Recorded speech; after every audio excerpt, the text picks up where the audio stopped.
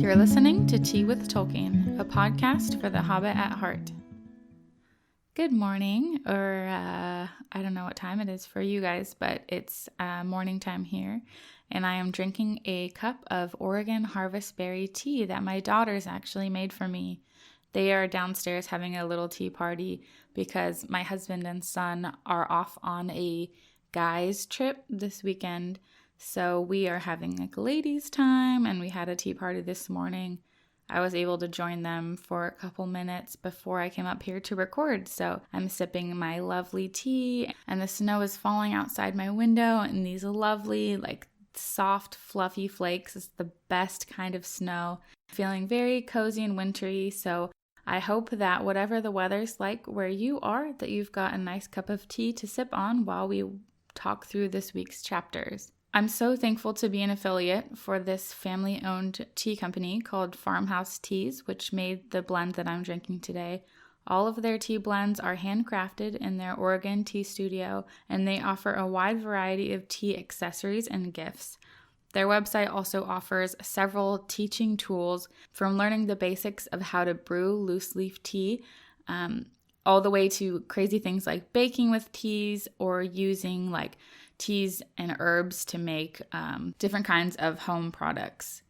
You can learn more about Farmhouse Teas, as well as see some of my favorite springtime blends from them at teawithtolkien.com/tea.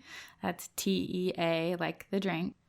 And let's jump into this week's chapters. We are on week 5 of our Silmarillion book club, and this week we are discussing chapters 4 and 5 of the Quenta Silmarillion, of Thingol and Melian, and of Eldamar and the princes of the Adalier. Let's start with chapter 4, of Thingol and Melian. Melian was a Maya.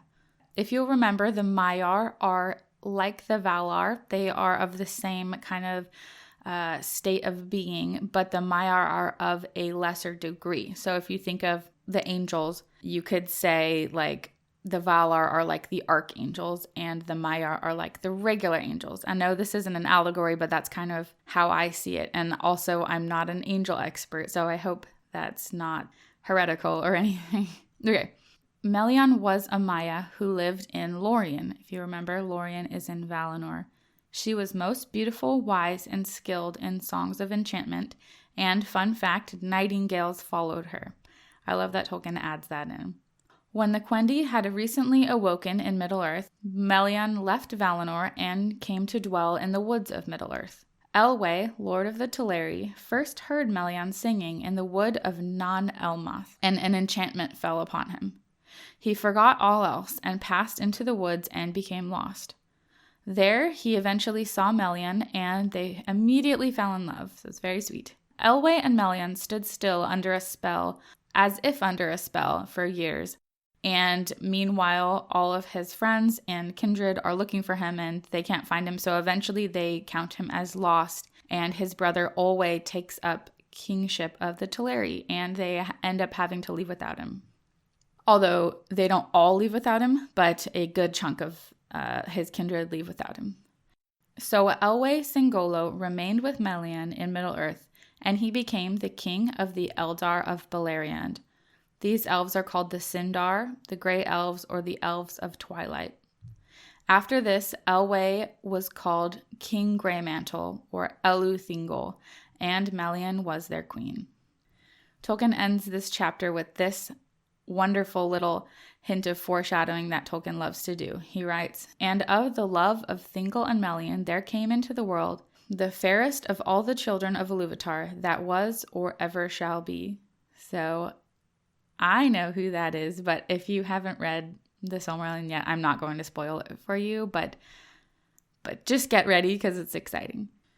And now on to chapter 5, of Eldamar and the princes of the Adalier. So as we begin this chapter, the Eldar are working on making their journey to Aman.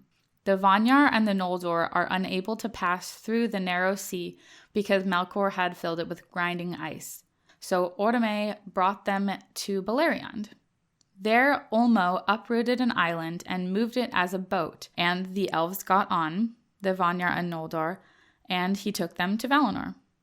Part of this island broke off along the way and was left behind, and this island is called the Isle of Balar.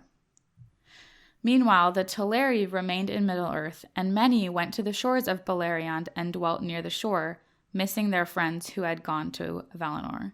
Like we mentioned in the last chapter, they took Olwe, Elwë's brother, as their new king. And now the Teleri were enamored with the seas. So Ase and Unyen, if you'll remember, those are also Maiar, befriended the Teleri and taught them sea lore and sea music. And after a while, many of the Teleri agreed to go to Valinor. Ase was very sad to think that they would leave, so he convinced some of the Teleri to stay behind. Those that stayed behind were called the Falathrim, the elves of the Falas, and Círdan the shipwright was their lord. The friends of Elwë also wouldn't leave Middle-earth, and they were called the Eglath, the Forsaken People. Eventually, Elwë finally awoke from his trance, and he dwelt with Melian in the woods as their king. Then we have, meanwhile, with the other Teleri, these Teleri stayed in the Bay of Eldamar instead of coming all the way to Valinor. So the ones who did end up leaving, they didn't really even go all the way. This island is called Tol Eressëa, the Lonely Island. And at this time, the Teleri's speech was sundered from that of the Vanyar and the Noldor. In Valinor, the Vanyar and Noldor were given a home. They missed the stars, so the Valar created a gap in between the Pelori, which are the mountains, if you'll remember. There they built a big hill. Unfortunately, this hill is called Tuna.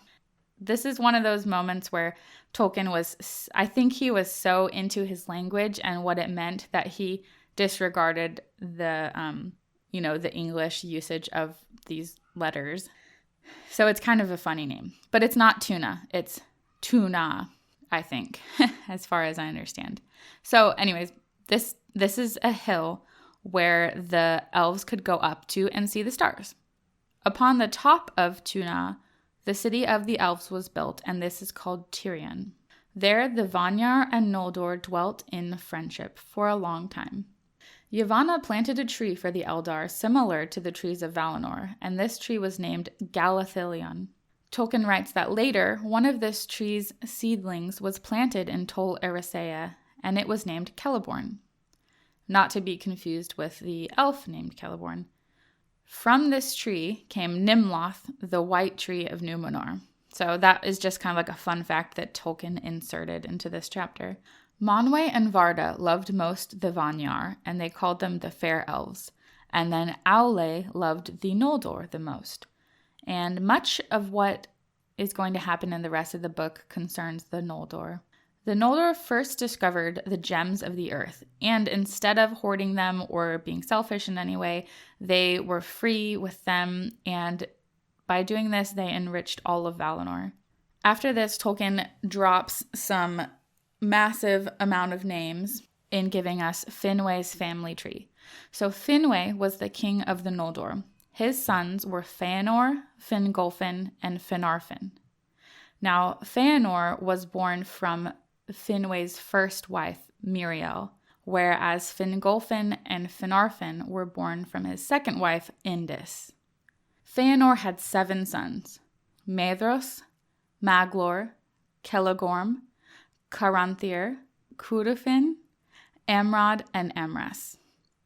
The sons of Fingolfin were Fingon, Turgon, Arathel, and Argon. The children of Finarfin are Finrod, Angrod, Egnor, and Galadriel. Eventually, many of the Teleri came to Aman because they were drawn to the light of the trees. Ulmo sent Ase, and he taught them the craft of shipbuilding, and they came to dwell on the shores of Aman. The Vanyar then became sundered from the Noldor. The Vanyar left Tirion and dwelt upon the mountain of Manwë, or about the plains and woods of Valinor. At this point, Finwë is now the king of Tirion. Olwë is the king of the Alqualande, which is where the Teleri are dwelling, and Ingwe was the high king of all the elves. At the end of this chapter, all but 2 groups of elves are now in Aman. The 2 groups left behind are the Falathrim and the Eglath. the Forsaken People, who are the kindred of Elwë. This chapter covers the journey of the elves to Aman. So almost all of them end up completing the journey in one way or another. And this sets the stage for what will happen next. I know there were a lot of names and a lot of things to remember in this chapter, so I hope this episode helped. And I know if you have any questions or thoughts about this chapter, I would love to hear about them in our Discord server. And I'm sure if you have a question that other people have the same question too. So don't be afraid to ask any questions. Special thanks to our newest patrons, James and Christina. I appreciate you both so much, as well as all of our other patrons. We've recently hit our first goal of 50 patrons, and with that, I said I would hire someone part-time to help me keep up with our book club discussion, and so I'm very pleased to announce that my dear friend Teresa Williams has joined our team, and I'm sure you'll be seeing her around in the Discord chat more than ever. So say hello and welcome to her if you see her in the chat. I will be back next week with chapters 6 of Feanor and the Unchaining of Melkor, and chapter 7 of the Silmarils and the Unrest of the Noldor. So these chapters are really exciting. Things are finally getting going. I feel like Tolkien has really set a firm foundation for the story with all of these chapters beforehand, and things are about to start getting crazy. So next week is going to be really fun. Thanks so much for listening, and I really appreciate all of you sticking around for our book club. I hope you're enjoying the Silmarillion, and I will see you all next week.